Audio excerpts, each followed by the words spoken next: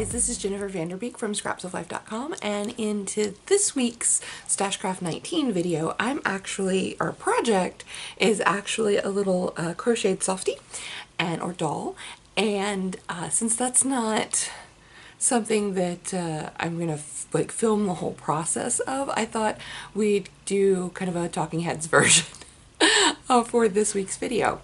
So I wanted to talk a little bit about how I select patterns and how this project kind of came to be, got chosen or whatnot.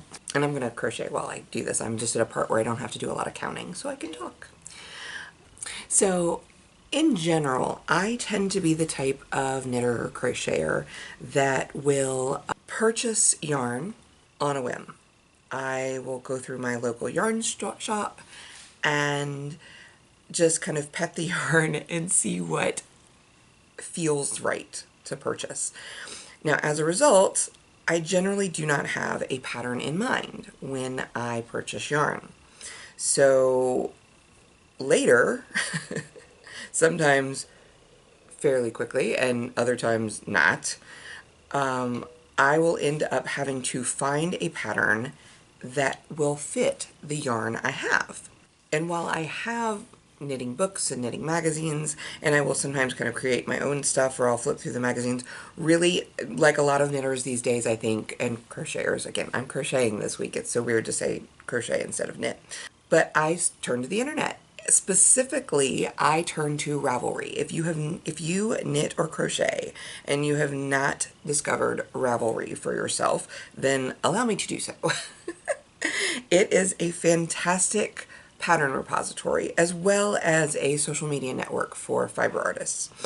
And what I like about it is their advanced search feature. That is the thing I use most. What it allows me to do is enter the total yardage that I have, the weight of the yarn, how many colors if I'm trying to do color work or if I care about that sort of thing for a particular project.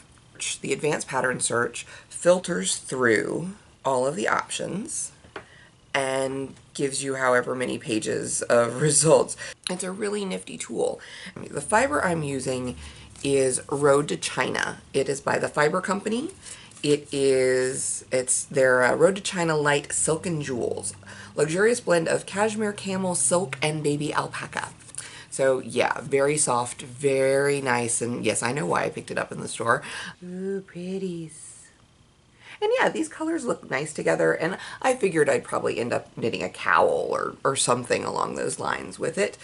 So I had about 450-ish yards. I had 3 colors. For this project, I did want something that was meant to work with 3 colors. I ended up with about 4 pages of results, and what I will do when I'm searching for like this, anything that I see that's mildly interesting and I think, ooh, yeah, that would be kind of cool, I will save to my favorites on Ravelry so that I can kind of narrow down from the pages and pages of results that usually come up. The front runner was a color work crocheted mandala, so it was basically a doily, but it was really pretty and it used like some layered or over stitching. I also found a scarf and a very pretty Fair Isle style hat that would have been appropriate for the yarn, but you know, I'm in South Georgia. We don't have a lot of need for warm hats and scarves most of the year. And then on the next to last page of my search results, I found this pattern. I found this doll. Her name is Miss Honey Bunny. She's created by a pattern creator on Etsy called Miss Hook Crochet. I'll leave the link down below. And once I saw this little doll, oh yeah, I've got to do this. So it was a purchased pattern through Etsy, so I did spend a little bit of money in the course of the project, but considering the sticker price on the 3 balls of yarn I have is $60, a $6.43 pattern is still, it's barely 10%, or it's not even 10% of the project cost. So I think it was a worthy splurge in my book. Everything else I have, of course, the crochet hooks. I had stitch markers. I had a bag of fiberfill for when we get to the point where we start stuffing her. And I even have a box of the safety eyes somewhere. That's the thing. I think it fell down behind something on one of my shelves, and so I'm going to have to dig it out. Really, the only thing I did have to buy for this project was the pattern, and I would do it again in a heartbeat because it's freaking adorable. My colors are not the same as the pattern example, which I never find to be a problem. This is called Riverstone, kind of a neutral skin tone, so that works. And then her bodysuit, her little bunny suit, is going to be in this gorgeous teal color, and then along with her headband and ears. And then the purple will be used for her shoes, her gloves, and her hair, which actually the hair was one of the first things. The cap, which is kind of like a wig cap that you then put the hair onto, and then I've got the bunny ears pinned on, and they still need their embroidery details, which is why they're not attached yet. I was doing okay. I had no problem with the wig cap whatsoever. In fact, what I really liked about that was the application, the potential application for other non-crocheted doll projects. The shoes and the lower legs went fine. I had no problems there. However, I did a little goof when I joined them and started to work on the body itself, this kind of 8 shape. First, I misunderstood how I was supposed to work the stitches. I thought I was supposed to be kind of going in an infinity loop at first, and I realized after a round or two that that wasn't correct when I was comparing my work to the pictures, and I'm like, oh, wait. And reality, because obviously she can't be a figure 8, although that's an interesting concept to do on maybe another freeform project. So I had to rip back to the join for that. And then the second time I started the join section for the body, I started with the wrong side. I started on the front with toes facing me, and I should have, upon reflection about 4 rounds in, been starting with the tushy facing me. So it's like, oops. So again, I had to rip back and restart. Not my best moment, but I am on the right track now, and I have finished the colorwork portion of the legs, and now I'm on to the solid part of the body, the main teal portion, and there will be some interesting shaping. Now, there's still a couple of goofs, and I have opted not to rip back and redo this section for the 3rd time, even though I made sure to count, and I made sure that I had the right number of stitches after each row as I was doing the increases for like the hips kind of thing. Yeah, somehow I still ended up a little more off center than I was supposed to be. So there's like a gentle increase here and not so much on here on the color.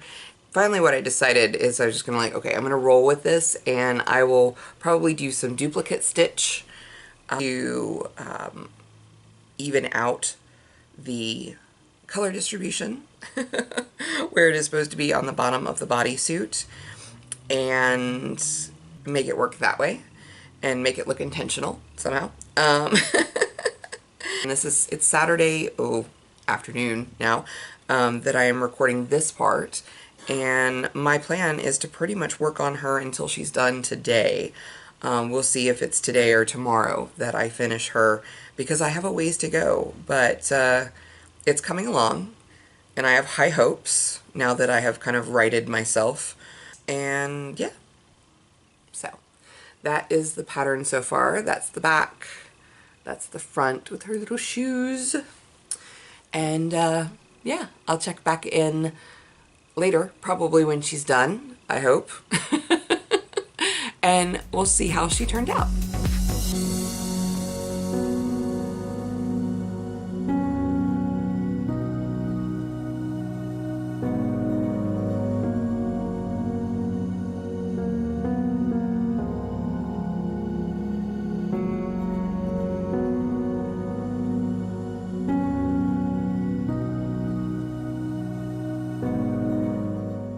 Hey guys, so alright, we're back. The project is finished. Here she is in all of her glory. Isn't she freaking adorable? So it's not Saturday, it's not Sunday, it's not Monday, it is actually Tuesday night. So this project took me a little bit more than a week. Definitely having to restart the leg join 3 times slowed me down. Also, so did working a 50-hour week last week, which I didn't expect to do. So, you know, stuff happens. Overall, I am really happy with how she turned out. I think she's adorable. There's a very good chance that I'm going to be giving her as a gift to someone who I think will appreciate her. Would I do a pattern like this again in a week or a week and a day and a half? Maybe not. Crocheting like this, these dolls require fairly tight tension, and so hand cramps are an issue. I had to give myself frequent breaks. Actually, it wasn't even my hand, my working hand that was the problem. It was actually my, my left hand, my non-dominant hand, that was keeping the tension on the working yarn. That was what I actually had the most problem with, pain-wise. So yeah, I had to take some breaks, especially on Sunday. So yeah, I would definitely recommend taking a slightly more leisurely pace for a project like this. Do I regret doing this? Absolutely not. This was fun. I loved seeing how she came together and just like how the doll evolved. It was so cool. So a couple things I think I mentioned in the first half of the video that I filmed on Saturday, that I thought that the wig cap has some definite applications for various other doll projects. So I'm probably going to be revisiting that. The gloves were another kind of thing that I thought were interesting. When I did the hands, the arms, let's see if we can get kind of close. You can see it's kind of like a little mitten shape. Because of how these are constructed, I actually think I could use the same technique to create gloves or mittens for other sized dolls. So that's kind of cool. Her face, I think, turned out really cute. I did find my safety eyes. So you can see she's got green eyes. She is well stuffed. Basically, I think she's adorable and I can't wait to show her off.